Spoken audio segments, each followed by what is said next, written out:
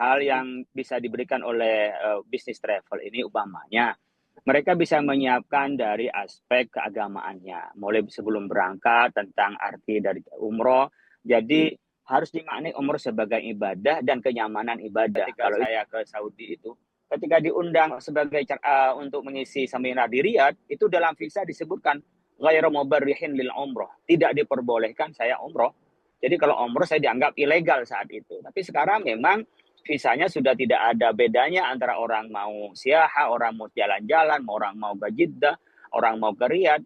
Kalau mau mampir umroh, dia tidak visa tersendiri, itu kemudahannya. Sehingga bisa berteman rame-rame, bisa berangkat sendiri, tapi juga bisa travel. Pasti lambat laun, pasti mukul terhadap usaha travel meskipun barangkali tidak banyak. Kalau travel nanti ada inovasi baru dengan Mandiri ini, apakah dia fasilitas mengurus kebaikan buruk kita mempermudah untuk melaksanakan ibadah, tapi saat yang bersamaan itu menantang bagi para pengusaha travel bagaimana melakukan inovasi.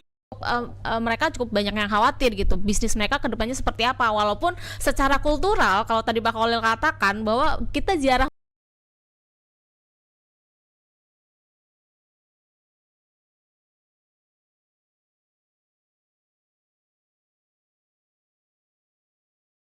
Hal yang bisa diberikan oleh bisnis travel ini umpamanya mereka bisa menyiapkan dari aspek keagamaannya, mulai sebelum berangkat tentang arti dari umroh.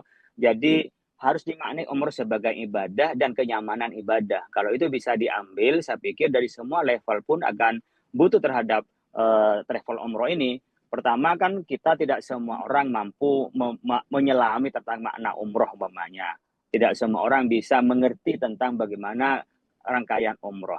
Nah, kalau ini kita bisa ada kepada satu travel dan dibutuhkan oleh masyarakat, tentu adalah akan menjadi pilihan. Yang kedua adalah bisa saja tawaran tidak berarti paket, tawaran mengurus visanya saja, tawaran untuk menguruskan umpamanya penginapannya, akomodasinya selama di Arab Saudi, selama di Mekah dan Madinah.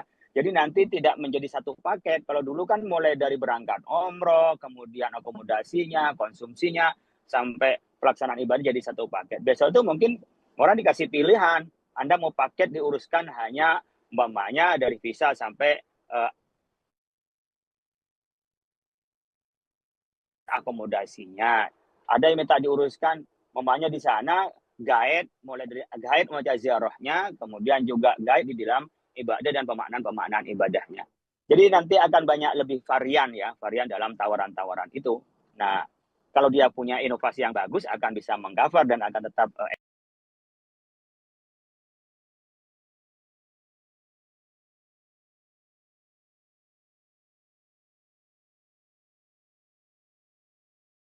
bisnis di travel ini.